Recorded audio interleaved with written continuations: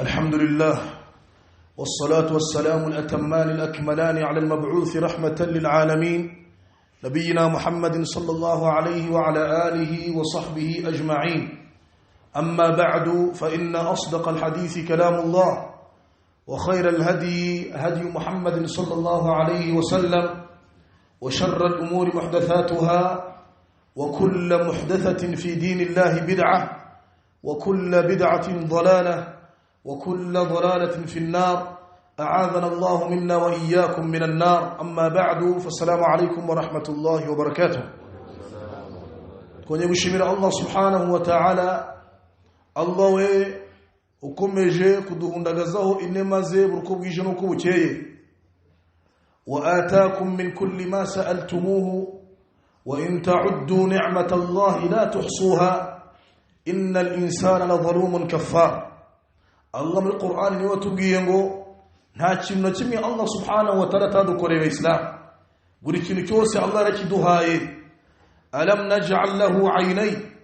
ese mwene Adamu yirengagije yuko ariko twamuhaye amaso birarebesha, wa lisanan wa shafatayn, tumuha n'ururimi rumufasha kuvuga n'iminwa yombi, wa hadaynahu an-najdayn, ngo turangije mwene Adamu tunamwereka inzira izamugeza heza, tunamwereka n'inzira izamugeza habi igihe yaramuka yikurikiye. Ariko mwene Adamu aranga agatsimbarara ku buyobe bwe ndetse no gusuzugura Allah subhanahu wa ta'ala, yirengagije izo nema zose Allah subhanahu wa ta'ala yamuhundagajeho. Wa in ta'uddu wa ataakum min kulli ma sa'altumuhu wa in ta'uddu ni'matallahi la tuhsuha, ngo muramutse mushatse kwiha kubara inema Allah subhanahu wa ta'ala bahundagajeho n'ibyiza bye, la tuhsuha, ntimwabirondora ntimwabibara ngo mubivemo. Innal insana la zalumun kaffar, ngari ikiremwa muntu kiranga kigakomeza gupinga ibyacu ndetse kigakomeza no guhakana amabwiriza ya Allah tabaraka wa ta'ala. Umuislamu agomba gushimira Allah tabaraka wa ta'ala kubije no kubukeye kunema Allah subhanahu wa ta'ala bamuhundagajeho. Min a'zamiha wa ajalliha wa a'laha, munema zikomeye cyane umuislamu agomba gushimira Allah subhanahu wa ta'ala laylan wa nahara, ijoro n'amanwa, ni ni'matul islam, inema yo kuba Allah subhanahu wa ta'ala kugiza umuislam, kuba Allah subhanahu wa ta'ala mu watuisi wose yaragutoranyije akaguha kuba muri babandi bavuga la ilaha illa Allah muhammadur rasulullah. Ini a'zamu ni'ma, niyo nema ya mbere ikomeye cyane ugomba gushimiraho Allah subhanahu wa ta'ala, ukanamusaba daiman wa abada, buri gihe yuko yazagwa gupfa ugikomeye kuri la ilaha illa Allah muhammadur rasulullah. Niyo nema ikomeye kurenza ibindi Islam, izindi ziza ari taba'an laha, ziza zikurikiriye neema y'Islam. Fakaifa nono bimeze gute igihe Allah subhanahu wa ta'ala agushoboje kuza gusari salatul fajr muri jamaa fi shahr ramadan al-mubarak, muri kwezi kwa Ramadan, urumva ni ibyiza, ni nurun ala nur, ni ibyiza hejuru y'ibindi byiza. Nas'alullah tabaraka wa ta'ala bi asma'ihi al-husna wa sifatihi al-ula an yataqabbala minna salatana wa siyamana wa tawbatana wa jami'a a'malina ajma'in. Allahumma amin. Turasaba Allah subhanahu wa ta'ala kwakira isura yacu n'igisibo cyacu no kwicuza kwacu n'ibindi bikorwa byiza turimo turakora muri iki gisibo cy'ukwezi kwa Ramadan. Allahumma amin. Ayuha al-ikhwa wal islam, nuwasilu darsana musta'izina billahi musta'inina bihi mutabarri'ina min kulli hawlin wa quwwatin illa bihi. Dukomeje isomo ryacu muri kitabu tawhid, mu gitabo kitwigisha imyemerere umuislam agomba kugira kuri Allah subhanahu wa ta'ala mizima. Ayuha al-ikhwa wal islam, buri munsi dukuza kubabwira yuko kubakira ku bintu bipfuye n'ubundi nta mumaro, nta nicyo byakugezaho imbere ya Allah subhanahu wa ta'ala. Kuza ugasari gatanu ku munsi, gusiba ejo bundi hijja izaba ujye muri hijja n'ibindi ngibyo kubikora ariko uri mushrik, uri mubangikanyamana, ufite ibindi bintu ufiteho imyemerere min dunillah, mu kimbo cya Allah tabaraka wa ta'ala, la yanfa'uka bi shay, ibi nta kintu kimwe byakumarira imbere ya Allah tabaraka wa ta'ala, nta kintu kimwe byakumarira. Afaman assasa bunyanahu ala taqwa min Allah khairun amman assasa bunyanahu ala shafa jurufin harin fanhara bihi fi nar jahannam. ila akhir al-aya agari kwerekana ese ubukoko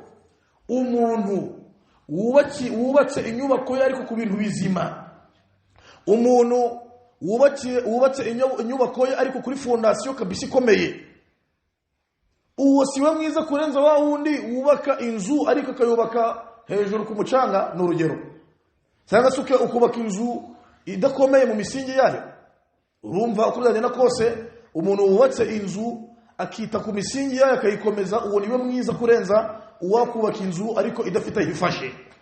Tawhid wa Islam niho n'andi mategeko yose mu dini w'Islam ni hashingiye. Igihe waramuka imyemerere yawe kuri Allah subhanahu wa ta'ala bifitemo ikibazo,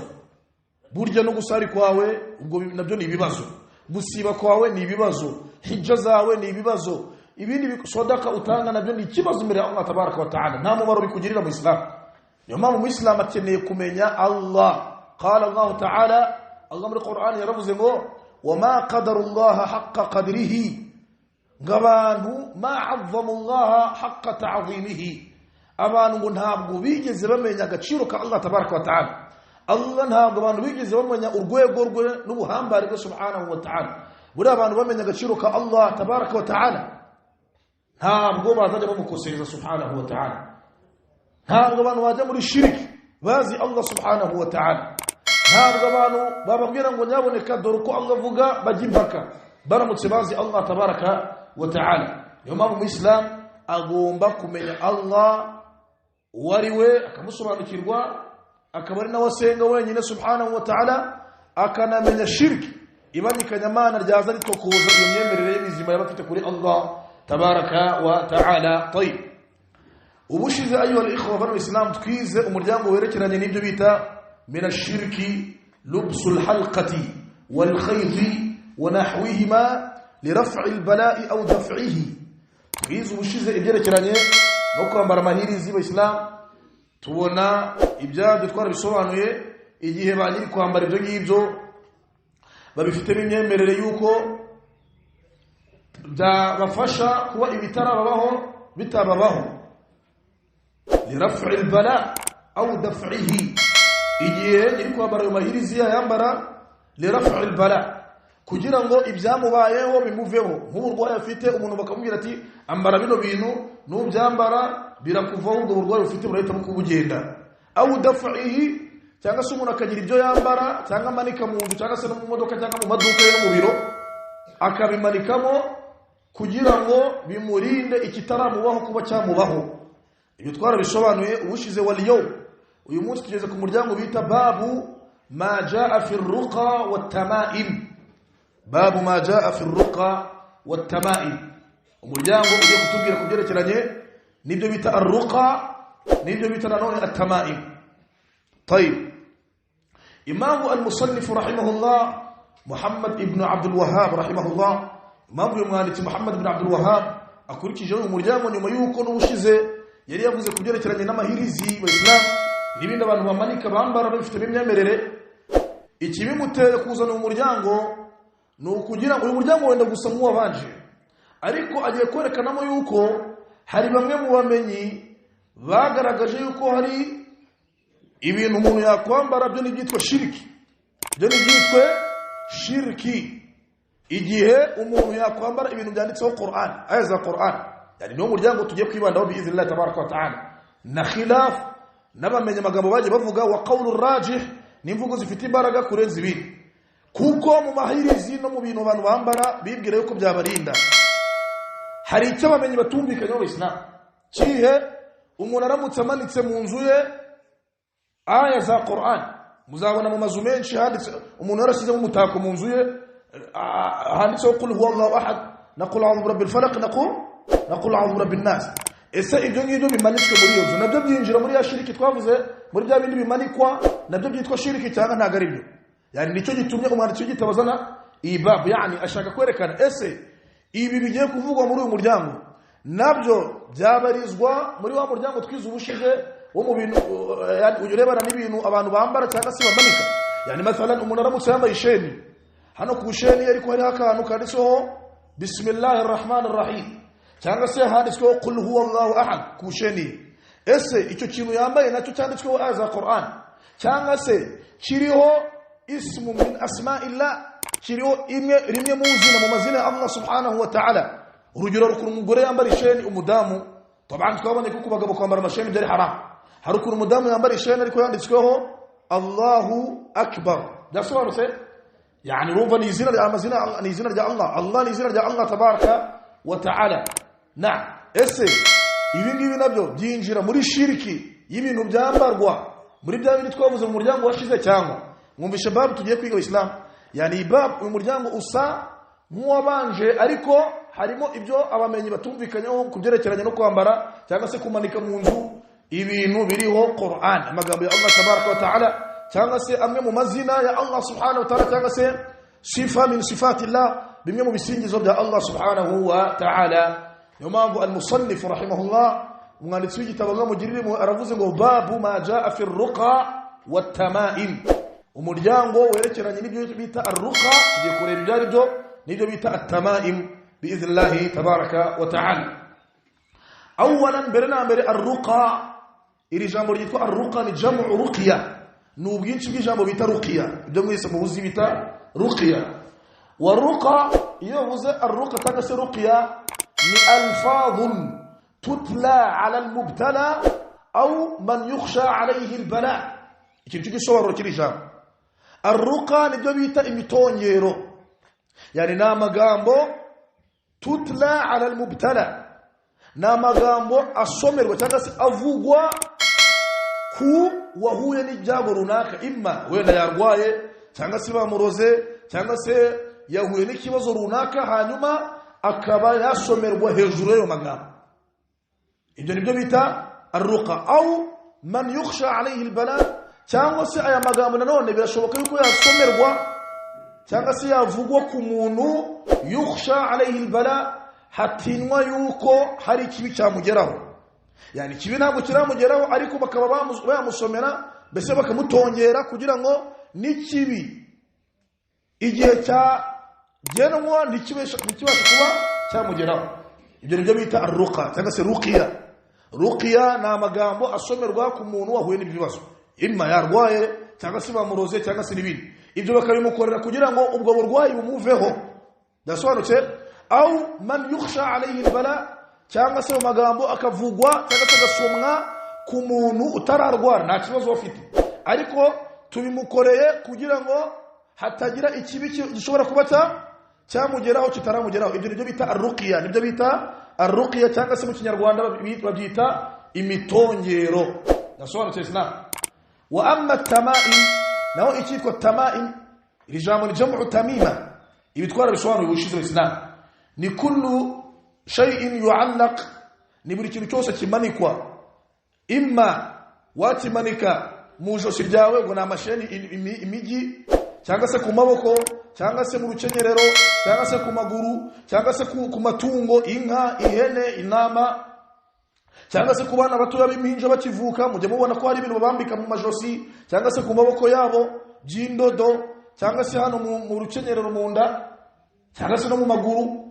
au wakadhalika nanone hakinjira muri bimaniko mu nzu mujye mubona hari amazu usanga ukigera ku muryango waho ugasanga hamanitswe amahembe cyangwa se mu nzu hari ibintu bamanitsemo nanone ugasanga cyangwa mu mabiro ugasanga umuntu muri biro yari ibintu yashyizemo kugira ngo bimurinde umwaku bimurinde inabi y'ababi abanyeshari n'ibindi nk'ibyo byose cyangwa se ugasanga no ku modoka ugasanga hari ibintu bamanitsemo kugira ngo iyo modoka itazakora accident cyangwa se n'ibindi nk'ibyo byose ibyo nibyo bita tama'im babyita at-tama'im ni buri kintu cyose cyose kimanikwa ariko nyiri kukimanika qasduhu intego ye n'umugambi we ni raf'il bala'i aw daf'ihi akabikora kugira ngo bimukuriraho ikibi cyamubayeho yani mathalan umuntu akabimanika mu duka rye kugira ngo abakiriya yani batakiza batangira bongere bagaruke yani ugasanga umuntu mbere yarafite abakiriya ariko nyuma bagenda gahoro ntibakiza ugasanga umuntu hari ibintu bamuhaye ngo namanike muri iryo duka rye ubwo kubw'ibyo bintu ubwo abakiriya bazagaruka yani au daf'ihi cyangwa se umuntu akaba yamanika ibyo bintu akabyambara cyangwa se akabimanika mu modoka ye cyangwa se no mu nzu ye cyangwa no ku bana be lidaf'i albala kugira ngo ibibi bitaramugeraho ntibizamugereho yani byo bita kinga yani ngo yambaye ibintu bimurinda kuba inabi y'ababingo yamugeraho ibyo nibyo bita gwiki at-tama'im byasobanutse Islam ibi rero nibyo Sheikh agiye gutanga mu sobanuro wa kalamu ulama n'amagambo y'abamenyi na ahkam n'amategeko arebana n'ibi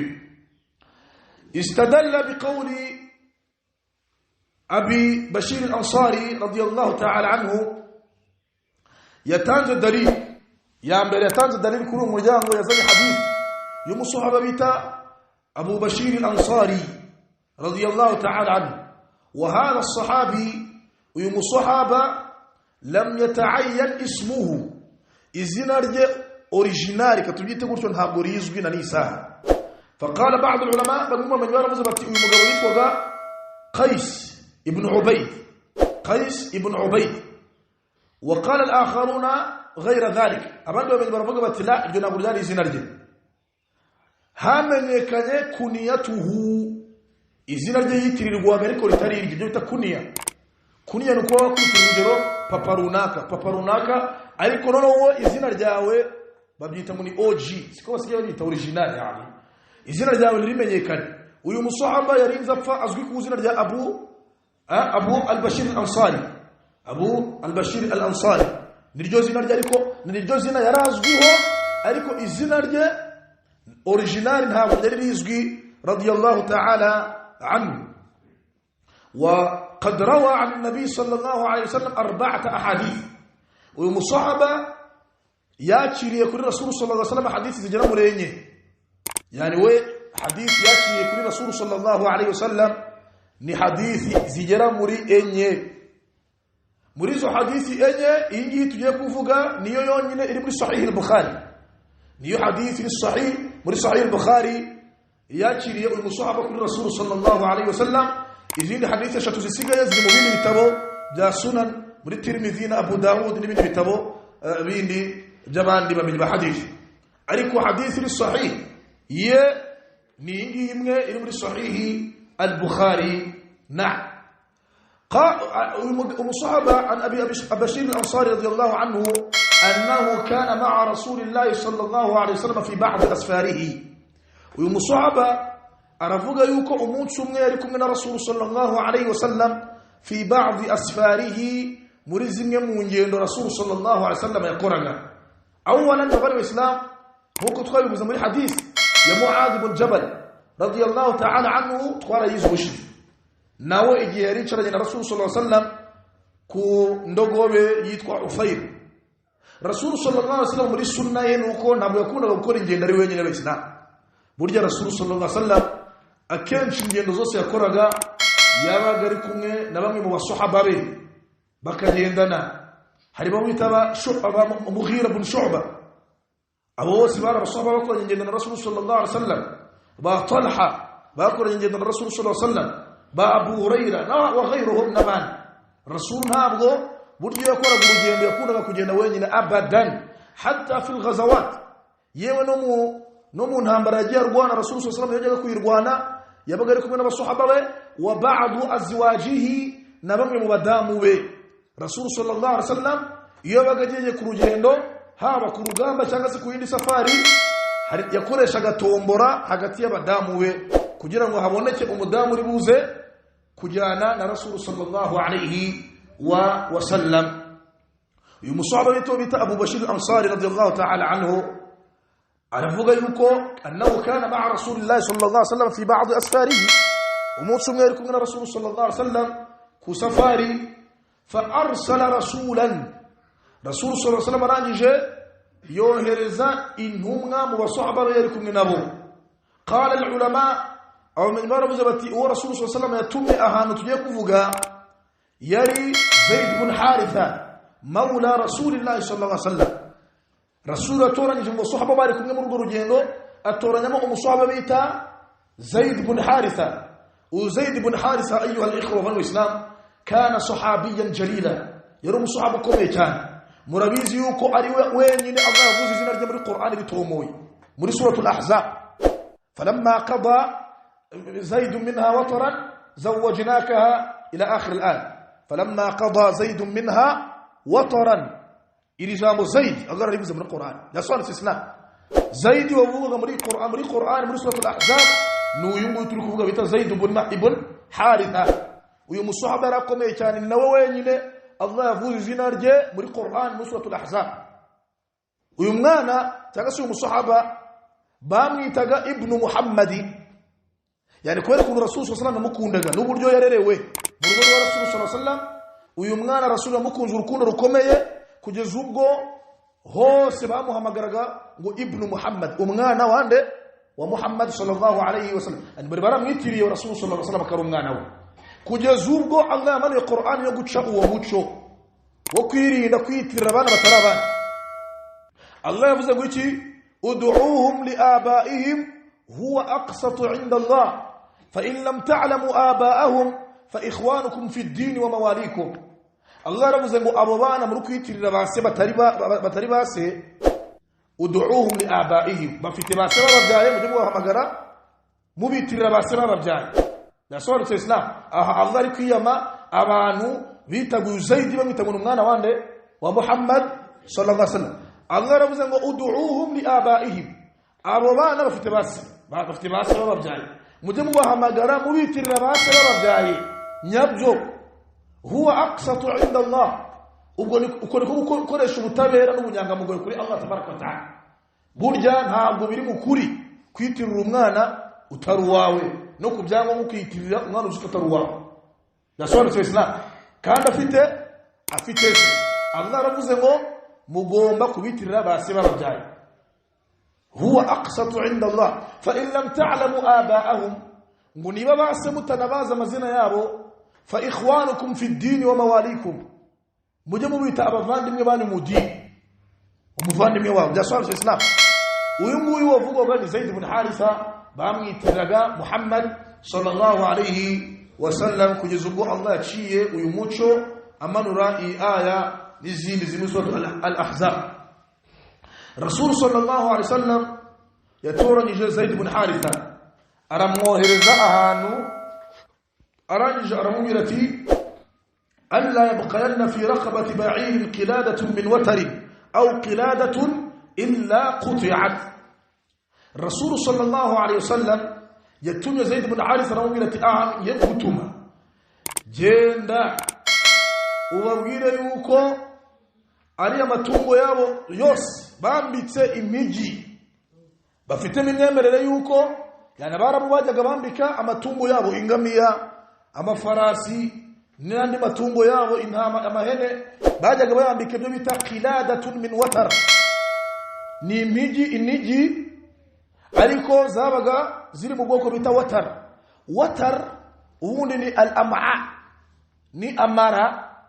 amara y'amatungo. urabona kumwe inka bayibaga, urumva bifite amara, cyangwa se ihene. aya mara abarabu bajyaga bayafata wa yujaffa, bakabanza bayatereka hariya, izuba rikayakubita akabanza yakuma amara, yani koroha kwayo bikabanza byarangira akamera mbese nk'umugozi. aya mara barayafataga bakayanika ku zuba, akabanza yagara nk'umugozi, hanyuma bakayazirikisha imiheto yabo, barasiraho imyambi. yani niyo bakuriragaho umwambi bawohereza, yani niyo bazirikaga kunuza kuri al-qaws, ku muheto. bazirikagaho ayo mara yamaze kuma akamera nk'umugozi, niyo bazirikagaho, hanyuma bakazajya ariyo bacomeka umwambi bakawohereza igihe bari mu mirwano abana. hanyuma iyo aya mara cyangwa se uwo mugozi iyo wabaga umaze gusaza, wa aradu taghyirahu, bashaka kuwuhindura bashyiraho undi mugozi ku muheto, uwo mugozi barawufataga bakawambika amatungo yabo, ingamiya cyangwa se inka cyangwa intama, yani khawfan min al-'ayn. ibyo bakabikora kugira ngo bari bafite imyemerere muri ibyo ngibyo yuko ingamiya cyangwa se ifarasi cyangwa se inka cyangwa se tungo bambitse uwo mugozi wakuwe ku muheto nyuma yuko ushaje, bari bafite imyemerere yuko birinda itungo kuba hari nabi yayigeraho, cyangwa se abanyabijisho bibi ko ibijisho byabo bibi bidashobora kuba hari cyo byahungabanya kuri iryo tungo igihe yambitswe iyo qilada min watar, igihe yambitswe iyo migi ariko iri mu rugo bwoko twasobanuye. Yasobanutse Islam. Rasul sallallahu alaihi wasallam yohereje Zaid ibn Haritha hano aramubwira ati genda boss uhave na tungo na rimwe usize ryambaye kirabirabiri zirabigi bafite n'imyemerere yuko birinda ari amatungo yabo. Uretse ni migi iri mu bwoko bwa watar, iri mu rugo bwoko nabasobanuriye, yewe ni migi yari yose nubwo byaba ari amasaro cyangwa se ari khuyut, indodo bazambitse ayo matungo yabo, cyangwa se n'ibindi bintu babyambitse nubwo byaba bitari muri bwa bwoko tuvuze bwa watar, itungo ryose urabona bambitse imigi ntuhave, uretse ko urahava ari uko iyo illa quti'at, uhave ari uko bamaze guca izo migi zose bazikure mu majosi y'ayo matungo. Ndagutumye genda bibabwire. Wa hadha amrun, irijari itegeko rya Rasul sallallahu alaihi wasallam. Rasul yatumye Zaid ibn Haritha hana aramubwira ati uhave ari uko buri tungo ryose bambitse bira bintu by'imigi, uhave ari uko uriciye bimaze kuva mu majosi y'ayo matungo. Wa hadha qala al-ulama, abamenyi bavuze yuko ibi biri kwerekana uburyo Rasul sallallahu alaihi wasallam yitaga ku cyitwa tauhid mu Islam, akanihanangiriza ibiremwa bya Allah tabaraka wa taala icyitwa shirk yari yose. Twavuze kenshi cyane yuko Allah ni urinda mu Islam, wa tawakkal ala al-hayy alladhi la yamut. Umuyisilamu ycyose agomba kugira imyemerere kuri Allah, akiringira Allah akaba ari we yishingikirije mu byose. Allah we al-hayy alladhi la yamut, Allah we utajupfa uhoraho subhanahu wa ta'ala. Kubera iyo mpamvu wa Islam ikintu cyose wakwiringira wakwishingikiriza ko kiri bukurinde inabi y'ababi kitari Allah subhanahu wa ta'ala, burya kiragutenguha mu Islam.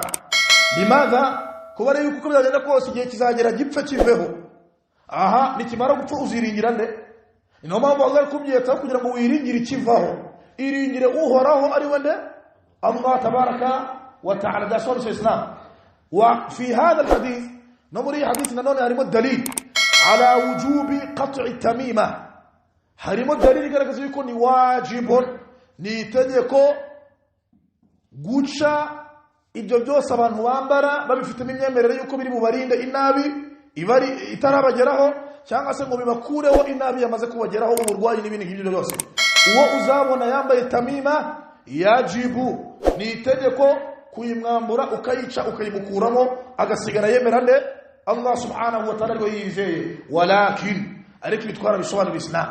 ninde ushinzwe ibyo ngibyo, lianna inkara almunkar, kubera kukubuza ikibi nk'icyo la yajuz,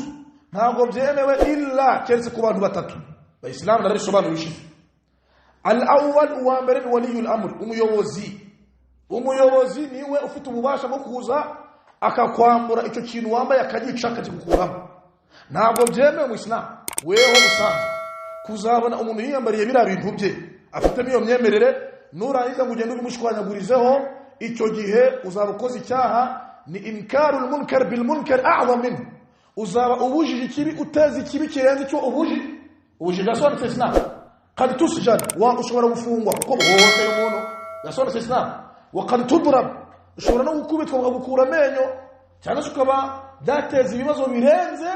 uko ari kumubwira n'ururimi ukamukorera da'wa bil hikma mu bugenge, hanyuma icyo kintu akaba yagikuramo Islam. Dasobanutse. Uwambere ushinzwe gushyira mu bikorwa itegeko ryo kwambura umuntu ibintu nk'ibyo yambaye cyangwa se yamanitse birimo shiriki, birimo kubandikanya Allah tabaraka wa ta'ala, ubifitiye ububasha wa mbere ni waliyul amr, ni umuyobozi. Dasobanutse Islam. Niwe ufite ububasha bwo kuza agaca icyo kintu igihe ari kubona kirimo kubandikanyamo Allah arimo kubandikanyamo muri icyo kintu subhanahu wa ta'ala. Athani wa kabiri ni umubyeyi ku mwana we igihe akimufiteho ububasha. Umwana ashobora kwambara ibintu nk'ibyo birimo shiriki, kubandikanya Allah tabaraka wa ta'ala, akizirikaho ibintu afite imyemerere we ihabanye n'imyemerere mizima tugomba kugira kuri Allah. Icyo gihe ufite ububasha bwo kuba wakimukuramo icyo kintu igihe ariko nanone ukimufiteho ububasha. Al-amru thalith, icya gatatu ni al-alim, ni umumenyi. Idha uminatil fitna, iyo hizewe yuko nta fitina birateza nawe bitoshuka nawe igihe hizewe ko bitamugeza kure igihe hari umumenyi wubahwa mu gace akaba yakubona wambaye iryo hirizi ufite niyo myemerere yajuzu lahu biremeye kuri yo kubaza kakikwaka mu ntoki idha uminatil fitna igihe hizewe yuko nta nkurikizi imbi ziri buze gukurikirwaho Islam amma ariko idha kana hadha yuaddi ila alfitna ariko igihe igikorwa nk'icyo ngicyo uramutse ugikoze nawe witwa kuri umumenyi byakugeza kure bikitwa ko hohoteye umuntu ko wambuye umuntu uburenganzira bwo kwambara ibyo ashaka bikaba byakugiraho ingaruka icyo gihe urabyihorera ugakoresha al-lisan ururimi nk'uko tuba turi kubigisha Islam yasobanutse amma idha uminatil fitna ariko uwo mumenyi aramutse ari umuntu ufite agaciro muri societe bamwubaha kuri icyo yakora nta kurekarama kwaho aramutse ashaka kubwira ati mpereza icyo uwo muringa wambaye cyangwa se kure icyo gisheni wambaye ufite imyemerere y'uko kikurinda gikure mu kimpereze bikaba byizewe neza yuko ntabwo byateza amatiku cyangwa se ikibazo icyo gihe nabwo yabikora amma ariko icyo igihe biri buze guteza akaduruvayo icyo gihe nawe arabyihorera ategetswe kubyihorera agakoresha ururimi kubwiriza umuntu gusa byasobanutse Islam amma na wundi utarabanga bamvuze la yajuzu ntabwo byemewe utazabona DJ yicaniye umuziki hano ku muhanda yacanye umuziki ni haramu mu Islam ariko ntabwo byemewe kugenda ngo uhite ucomora ibyuma bye ngibiziki ni haramu ugacomora ibyuma bye ugashaka gutwika computer ye n'ibiki icyo gihe ubona icyaha kubara yuko ukosoye munkar bil munkar a'zamin uba ukosoye kibi uteze kibi kirenze cyo ukosoye byasobanutse Islam byasobanutse iyi fiqhi abantu bagomba kuyimenya hari abantu bagira imani mashallah hadisi ngizi kazumva ariko ugasanga ntabwo agize fiqhi nkingi yo kumenya uburyo ikibi gikosorwa mu shar'an mudiru Islam byasobanutse Islam Rasul sallallahu alaihi wasallam yiyanye ibyo bita tamaim zira miji bambara nibyo abantu bamarika mu modoka n'ibindi ngibyo طيب الحديث يعني الحديث الثاني حديث كبير ni حديث عبد الله بن مسعود رضي الله تعالى عنه قال يرفزه سمعت رسول الله صلى الله عليه وسلم يقول قنوم بشجاء إيمان محمد صلى الله عليه وسلم إجريتي إن الرقى مكوري إتيتكو الرقى إمتون يرو طبعا يا إخوان إجيت الرقى نبيت دوس تريبوزكم مؤلف رحمه الله aribuze kubitangaho ubusobanuro neza bwimbitse n'amasaili ziri mu kanya mu gitabo muri page rakurikira Rasul sallallahu alaihi wasallam yaravuze ngo inna ruqa mukuri ikitwa imitonyero watamaima no kwambara izi tamaim tumaze kuvuga amahiri zizo mpigi n'ibyo abantu bamarika mu mamodoka n'ibiki watiwalata nikitwa tiwala inzaratsi tuzabisobanura neza muallifu aribuze kubisobanura atiwala nibyo bita inzaratsi wa Islam ngo inna ruqa mukuri mitonyero watamaima namatamaim watiwala ndetse niki ni inzaratsi ni hamwe n'inzaratsi shirkun ngo byose ni shirki byose niki ni shirki nibani kanyamana wal iyad billah ina wali hadithi inshallah nabo turubuze kwereka ubusobanuro nyuma ariko iyi hadithi Rasul agaragajemo yuko at-tamaim ibitwa tamaim n'imitonyero n'inzaratsi ibyo byose biri mu gatebo kamwe ni shirki nibanyikanya mana Allah tabaraka wa taala ariko turatanga ubusobanuro neza inshallah tugaragaze ibiri shirki nibihe n'ibitari shirki nibihe ariko wowe banzumenye ibi muri rusange yasobanutse wa an Abdullah ibn Ukaym radiyallahu ta'ala anhu marfu'an iyi hadithi yindi nanone ni hadith ya Abdullah ibn Ukaym radiyallahu ta'ala anhu ikhtalafa al-ulama abamenye ntabwo bemeranyije ese uyu mugabo uyu mugabo yavutse wulida fi zamani nabi sallallahu alaihi wasallam uyu mugabo witwa Abdullah ibn Ukaym yavutse mu gihe Rasul sallallahu alaihi wasallam yariho lakin fi albadiya ariko yavukiye mu cyaro yari kure mu byaro niho yavukiye uyu mugabo ariko ku gihe cyane cya Rasul sallallahu alaihi wasallam ariko mu cyaro wa mata an-nabi sallallahu alaihi wasallam رسول يبوي بتراهورا ولهذا قال العلماء يوم ما من باربز بتي لم تكن له صحبة ويمغابون هابو تقاميتم الصحبة كون هيجي ظهورا نانده نرسول صلى الله عليه وسلم يمغمل مچار أيكون هيجي ظهورا نانده نموه نبيبوزه ده سورة الإسلام فقال العلماء او من بaravuze bati uyu nguyu ntabwo twamwita ko ari sahabi ari umusahaba ubwo bimaana bisobanuye ngo iyi hadith agiye kuvuga bayita mu bwoko bw'amahadisi bayita hadith mursal bayita hadith mursal niko bayita kuko ntabwo twamwita muri sahabi yasobanutse islam وهذا هو قول الراجح والله اعلم فيوم عبد الله بن عكيم رضي الله عنه aravuga yuko intumwa y'Imana Muhammad sallallahu alaihi wasallam yavuze ngo man ta'allaqa shay'an wukila ilayhi umuntu wese w'Islam uzerekeza umutima yo ku kintu ibyiringiro bye imyizerere ye akaba ayiteze ku kintu runaka imma ihirizi yambaye akaba ari umutima we yizera ko imurinda ibintu byose by'ababi ugasanga ikintu yamanitse mu nzu nicyo afiteho imyizerere yuko kimurinda inabi y'ababi muri iyo nzu ugasanga umuntu ikintu yamanitse mu modoka ye nicyo afiteho imyemerere yuko kimurinda abislam ngo wukila ilayhi umuntu nguwo Allah aramukura amaboko akamurekana nicyo yashizeho imyemerere Allahu akbar Allah subhanahu wa ta'ala iyo umutaye ukamureka wala mtatawakkal alayhi nabe ariwe wiringira mu Islam wirujya Allah ukamureka aho wowe ukamusimbuza ibindi wibwira yuko ibyo byakurinda cyangwa se wakwiringira kurenza uko wakwiringira Allah tabaraka wa taala Allah yamaze kubona ko uko wabigenje arakureka akagukuraho amaboko akakurekana n'ibyo ngibyo wiringiye noneho turebe hal yanfa'uka aw yadhurruk turebe ese ibyo ngibyo wiringiye utaye Allah tabaraka wa taala turebe ko bizakugirira akamaro koko nkuko byiringiye cyangwa se turebe ko wenda hari ahubwo bizaguteza ikibazo nk'ingaruka zo kureka Allah tabaraka wa taala mu buzima bwawe wiringiye Allah arakureka abislam niyo mpamvu Allah mu Qur'an yatubwiye ngo fatawakkal ala Allah jawiringira Allah subhanahu wa ta'ala mu byawe byose abislam Allah umenye ko niwe huwa al-hafiz Allah ni urinda abislam subhanahu wa ta'ala in kullu nafsin lamma 'alayha hafiz Allah yavuze ko nta kiremwa na kimwe uretse ko ari ukirinda subhanahu wa ta'ala kuki Allah umukuye imyemerere yawe n'icyizere cyawe ukagishira ku bindi bintu bidafite alladhina la yamlikuna li anfusihim darran wala naf'an wala yamlikuna mautan wala hayatan wala nushura zabindi bidafite icyo byakumarira bidafite nicyo byagutwara kuko ari byo wiringiye usize Allah tabaraka wa ta'ala babandi biringira majini za nyabingiza ryangombe ngo ndetse n'ibyo basigiye n'abasekuruza bawo n'abaseba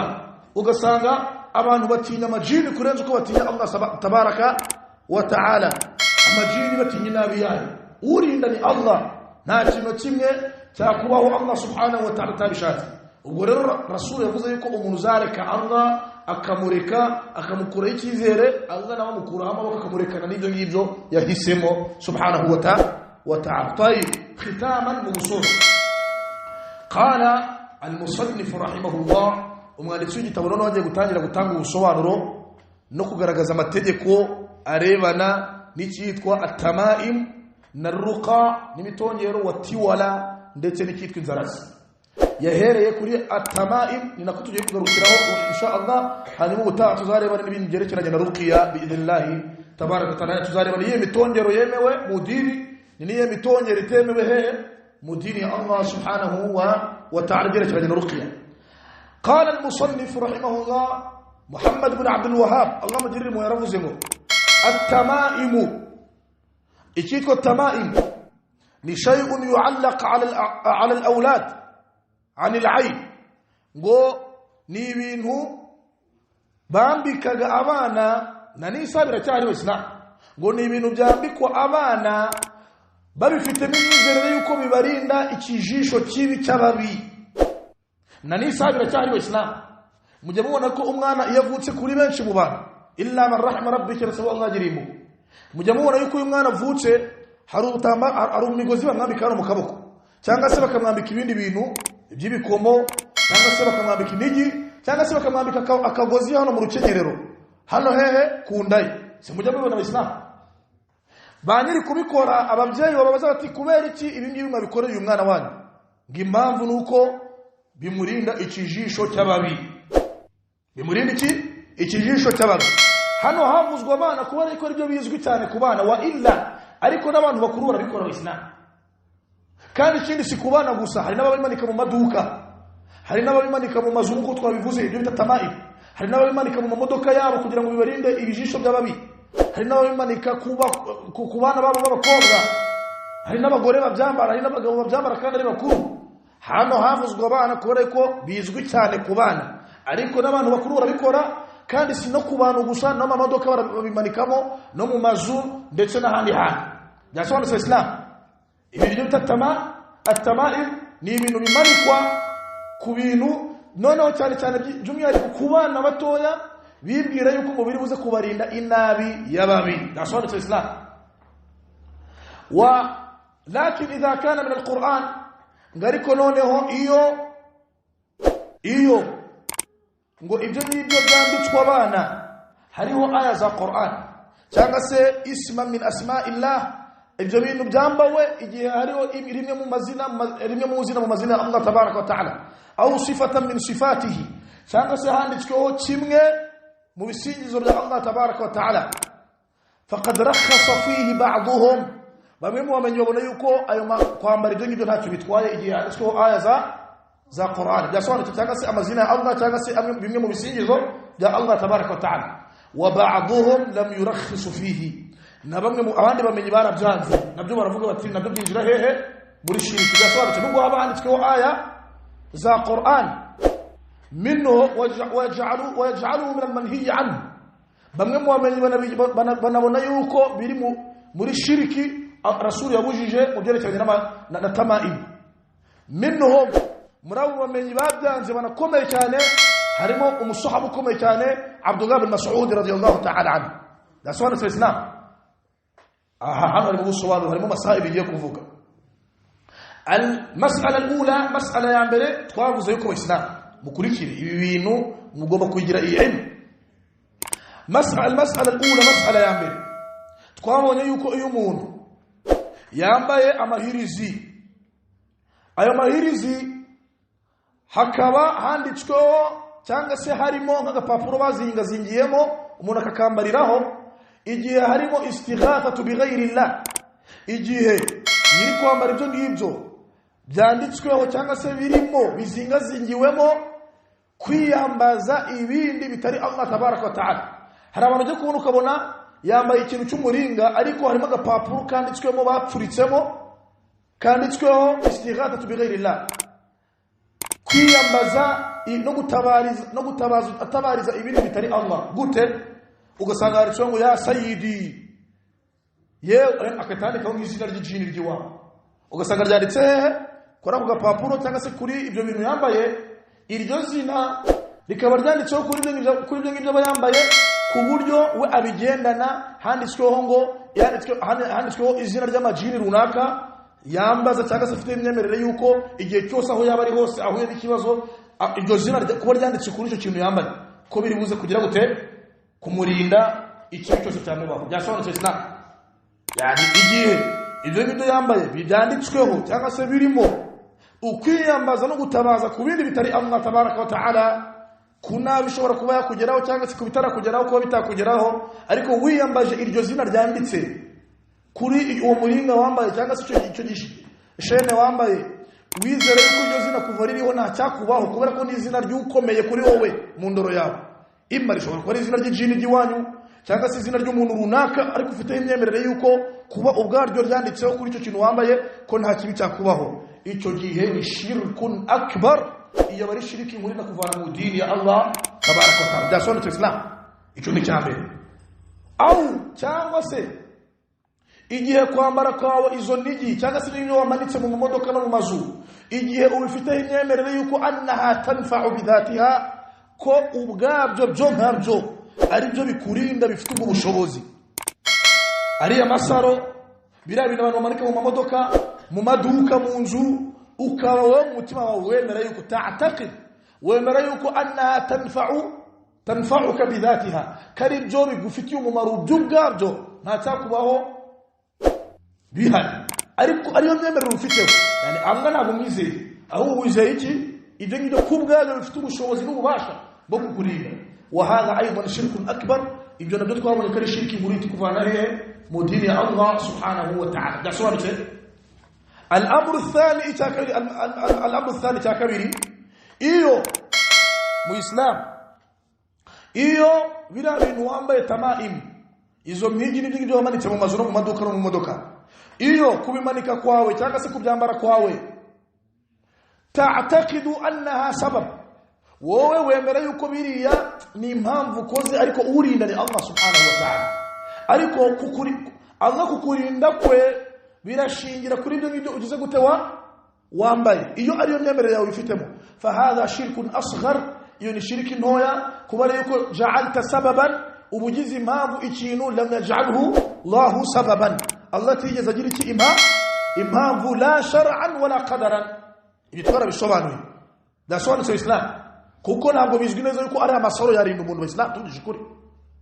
ari amasaro abantu babambaye cyangwa zira miringa abantu babambaye cyangwa se ibyo bakenyereyeho birinda umuntu wa Islam. Izina ndo tuzarinda umuntu.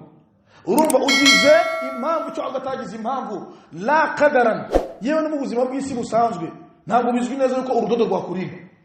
Dasobanutse wala shar'an, yewe no mu dini ya Allah ntabwo Allah yagize bitubwira. Icyo gihe bita bikugwisha muri shiriki yitwa wiki asghar, shiriki ntoya itakuvana mu dini, ariko tugufitiye ubwoba mu Islam ko bizarangira uguye muri shiriki nkuru igihe ibyo ngibyo utabishikamo.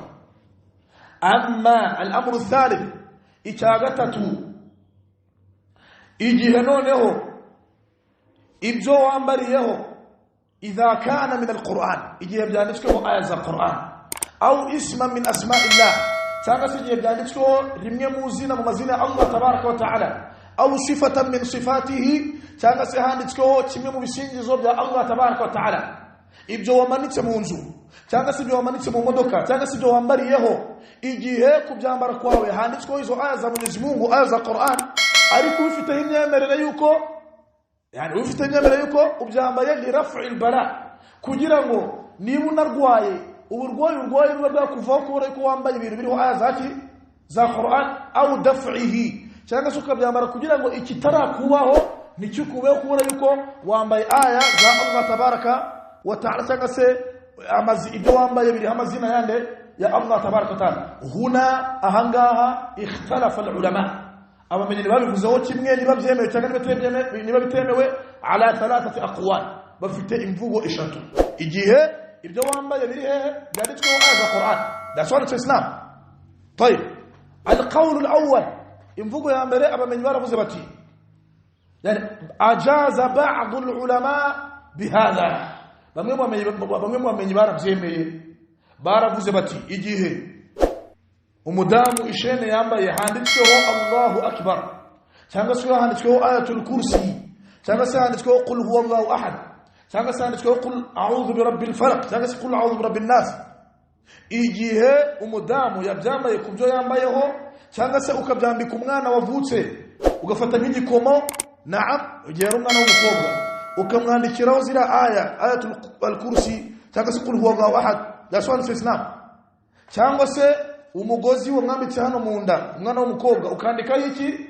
ukaba hariho ikintu cyanditsweho aya za Qur'an kuri uwo mugozi, dasobanutse Islam. Bamwe mu bamenyi baravuze bati fa hadha jaizun, ibi biremewe, walakin, ariko nanone umubyeyi agomba kwirinda igihe byambitse umwana we, agomba kwirinda kubikora atinya yuko ikijisho kibi kitarebwa uwo mwana, yani agomba kubikora ariko adafite imyemerere yuko abikoze kugira ngo birinde umwana we ikijisho cy'abamureba nabi. Daso biremewe, ariko ntabikore yibwiye yuko biremuze kurinda umwana ikijisho kibi, ibindi byo nta kibazo, ariko ikitwa al-ayn, ikijisho, ntabikore aricyo yibwira yuko biribuze kurinda umwana. Ariko aramutse nabwo abikoze kugira ngo birinde umwana we ikijisho kibi cy'ababi, fa hadha makruhun, babona yuko bibaye makruhu, ariko ntabwo bigeze ku rwego rwa shiriki cyangwa se haram. Dasobanutse bombe se urebye barabyemeye. Dalili bafite bavuga yuko umusahaba bita Abdullah ibn Amr ibn al-As radiyallahu ta'ala anhu, ngo nawe yajyaga afata abana be akabambika ibintu byanditsweho aya za Mwenyezi Mungu, ayatul kursi cyangwa se qul huwallahu ahad, kugira ngo igihe hari kibi kibabayeho cyangwa se gishobora kuba cyababaho nikibabayeho kubera ko bambaye aya bambayeho ibintu byanditsweho aya za Allah cyangwa se amazina ya Allah tabaraka taala cyangwa se bimwe mu bisingizo bye babyitirira nde yani dalili bafite ni yande nuko umusahaba bita Abdullah ibn Amr ibn al-As radiyallahu anhu wajaga jirute abikora kubana be wa hadha lam yasih an Abdullah ibn Amr ibn al-As ibavuze nta dalili ni muri sahih yigeze igaragara yuko koko uyu musahaba yabikoraga kubana be fa hadha kadhibun ibyo nukubesera uriya musahaba wa batilun ni n'ikinyoma la asla lahu nta n'inkomoko bifite nta nzira n'imwe twigeze tubona iri sahih igaragaza koko uyu musahaba ko yabikoraga kubana be idan hadha alqawl batil iyo mvugo y'abamenyi ba mbere ni batil ntabwo tuyigenderaho dasobanutse Islam alqawl athani imvugo ya kabiri kuri bamwe mu bamenyi qalu baravuze bati la yajuzu ntabwo byemewe umwana kumwambikaho cyangwa se kumanika mu mazu aya za ayatul kursi cyangwa se iki ziramitako biro kuri wagahadu igihe nyiri kuyimanika afite imyemerere yuko iri buze kumufasha kuba ibitaramugeraho ntibimugereho ibyo bita dafu dar igihe nyiri kubimanika abimanitse kugira ngo bimurinde ibibi bitaramugeraho kuba bitamugeraho fahadha la yajuz icyo gihe ntabwo byemewe amma ngariko igihe abimanitse cyangwa se akabyambara li raf'il bala kugira ngo yani intego ye ari ukugira ngo ikibi kimuriho kimuveho kubera ibyo ngibyo yambaye biriho amagambo ya Allah subhanahu wa ta'ala cyangwa se amazina ye fahadha yajuz icyo gihe byo biremewe mu bishabo bitandukaniye bo baravuze bati abana ba kabiri baravuze bati igihe ubimanitse cyangwa se ukabyambara ibyo ayatul kursi cyangwa se ibyo twavuze aya za Qur'an cyangwa se amazina ya Allah n'ibishingizo igihe ubimanitse cyangwa se ukabyambara kugira ngo bikurinde ikitarakugeraho kibi ko kitakugeraho fahadha la yajuzu ntabwo byemewe amma kubimanika cyangwa se ukabyambara kugira ngo ikibi cyakubayeho kikuriho imma wenda warwaye cyangwa se ufite ibindi bakuroze igihe ubyambaye kugira ngo ibyo ngibyo bikuveho yani icyo kibi kikuveho kubona ko wambaye amagambo yande ya Allah tabaraka taala